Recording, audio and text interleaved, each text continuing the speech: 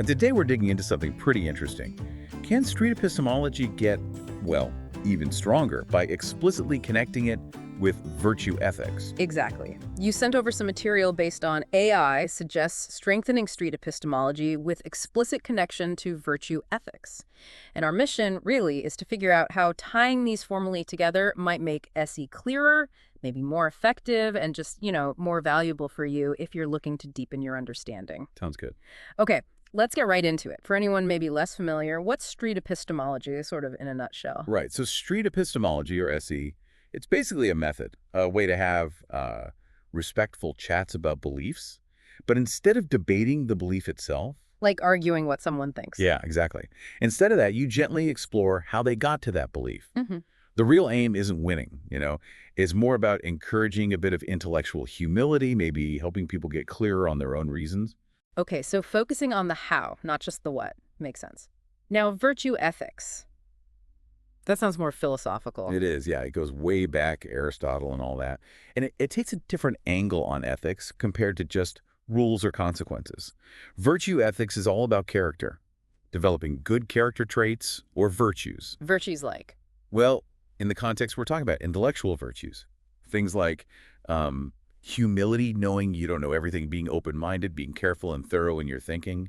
Aristotle thought practicing these was, key to living well. So SE is this method for talks, and virtue ethics is about building these good intellectual habits. The source mentioned that SE kind of already uses these virtues, just maybe not explicitly. That's a really key point, yeah. Even without saying, hey, we're doing virtue ethics, the way SE works naturally lines up with a lot of these virtues. How so? Can you give an example? Sure. Think about the SEI Navigating Beliefs course. It really stresses things like, well, intellectual humility, being okay with being wrong, but also patience, empathy, respecting the other person's right to think for themselves. Their autonomy. Exactly. And those principles, they really echo the kinds of intellectual virtues we see in virtue ethics. Okay, so the connection is there implicitly. Why bother making it explicit then? What's the real gain in formally linking them? That's the million-dollar question, isn't it? And the source lays out some pretty solid reasons. First up, enhanced ethical clarity. Clarity, how? Well, by explicitly connecting SE to virtue ethics, practitioners get a much deeper sense of why traits like humility or honesty or even courage are so important in these conversations. It's not just, oh, be nice. Right. It's grounded in this philosophical idea of what good intellectual character actually looks like, and understanding that why can make people more thoughtful, more confident when tricky ethical stuff comes up in a conversation. So SE asks, how do you know? And virtue ethics adds, what kind of knower are you trying to be? Exactly. That connection deepens the whole ethical dimension. I get that. Understanding the why makes the how feel more substantial. Okay, what's another reason? Another big one is potentially improved learning outcomes. There's research suggesting that when educational programs deliberately weave in virtue ethics, you actually see measurable improvements. In what? In things like intellectual humility, openness, empathy, the very stuff we're talking about. The source even mentions a recent study, 2024, Saya et al., showing that when people have more intellectual humility, they're better at engaging constructively when they disagree with someone. Wow, okay. So consciously working on these virtues could literally make you better at learning and, disagreeing productively. That's directly relevant for anyone listening who wants to understand things better. Absolutely. It builds foundational skills for being a better learner and communicator. That's compelling. What about people who teach SE or lead groups? Does this explicit link help them? Yes, definitely. The source calls it greater pedagogical coherence. Basically, integrating virtue ethics gives a clearer structure for teaching SE. A structure, like a lesson plan. Sort of, yeah. You can introduce specific virtues, you can model them yourself in how you interact, and then you can encourage people to reflect on and practice those virtues. It gives educators a more solid framework. The source points to UC Irvine's Anti-Your Virtues project as a place doing this kind of explicit virtue education successfully. Okay, so it helps structure the teaching process, making it potentially more effective and systematic. Interesting. How might this change how SE is perceived, like from the outside? Good question. The argument is that it leads to a strengthened brand identity. By clearly aligning with virtue ethics, SE sets itself apart from approaches that might seem more like, arguing or debating just to win. Right, less adversarial. Exactly. It positions SE as something more profound, focused on developing character, rooted in respected ethical ideas. This could make it more appealing to, say, schools or interfaith groups or community organizations looking for ways to foster respectful dialogue. That makes a lot of sense. It gives it a kind of ethical weight. Thinking bigger picture, you mentioned research earlier. Does this connection help there too, maybe with funding? That's another potential plus. Enhanced research and funding opportunities. Mm. A formal link opens doors. You can collaborate with academics who study virtue epistemology. That's the philosophy of intellectual virtues. Okay. And it could make SE projects more attractive for grants focused on things like virtue education or improving civil discourse. Having that clear connection to established ethical frameworks boosts its scholarly credibility. So more academic collaboration, potentially more resources. What about inside the SE community itself? Any benefits there? Yeah, the source suggests it could lead to better community norms and practices. Having this shared language around virtues gives everyone clearer benchmarks for behavior. Like what good practice actually looks like. Exactly. It could help guide community moderation, clear up ambiguities, and generally foster a more supportive, respectful vibe for practitioners. Okay, wow. So let me recap the benefits. Clear ethics, better learning, stronger teaching methods, a sharper identity, more research potential, and healthier community norms. That's a lot. It is quite a compelling case. Sign up for our free course at navigatingbeliefs.com. Do you have the guts to really examine your beliefs? So if this is such a good idea, how do you actually do it? What are the practical steps to bring virtue ethics into SE more formally? The source lays out a few concrete ideas.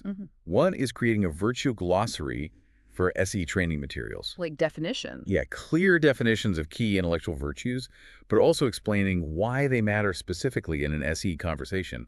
What does intellectual humility actually look like in that context? That sounds super useful, just having common ground on the terms. What else? Another practical step is building in structured reflection.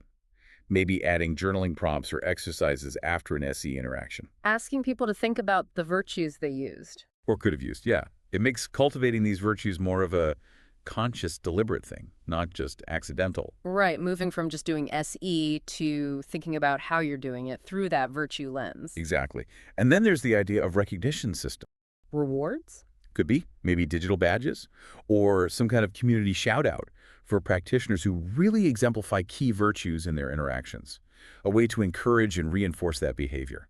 Interesting, a bit of positive reinforcement for good practice. What about linking back to academia?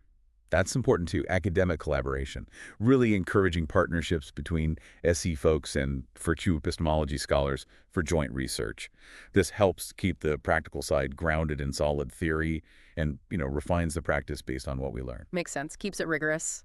Anything else on the practical side? One more, public engagement.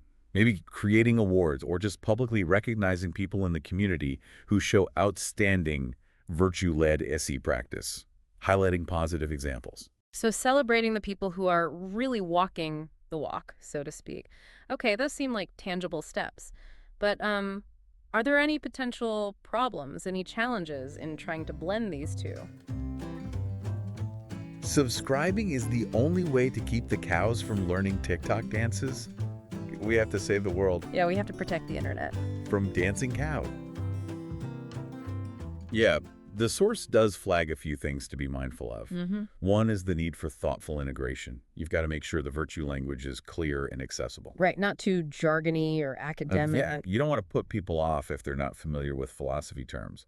The goal is to enhance SE, not make it more exclusive. Good point. What else? Another really important one is being sensitive to diverse cultural contexts. How virtues are understood or expressed can differ across cultures.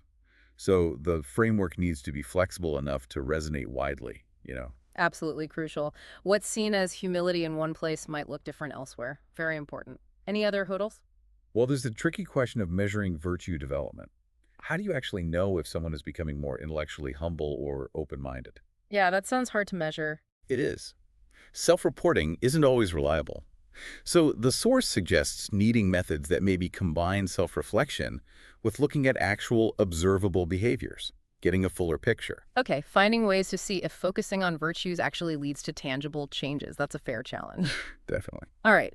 So wrapping this up, it seems the core idea isn't really to change the fundamentals of street epistemology. It's more about enriching it, giving it a stronger foundation by explicitly connecting it to virtue ethics. That's a great way to put it. Yeah. It clarifies the why, potentially improves how it's learned and taught, sharpens its identity, and opens up doors for research and better community practices. And for you listening, what this deep dive really highlights is maybe the importance of not just what you believe, but how you engage with beliefs your own and others.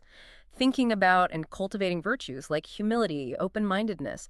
That's not just for better SE chats. It's really about becoming a better learner, a better thinker in, well, all parts of life. Which brings us to a final thought for you to chew on. Virtues aren't something you just have. They're developed through practice, right? So how might consciously focusing on a specific intellectual virtue, maybe humility, maybe open-mindedness, change how you approach understanding different perspectives? What's one small intentional thing you could do, maybe even today, to start cultivating one of those virtues in your own life?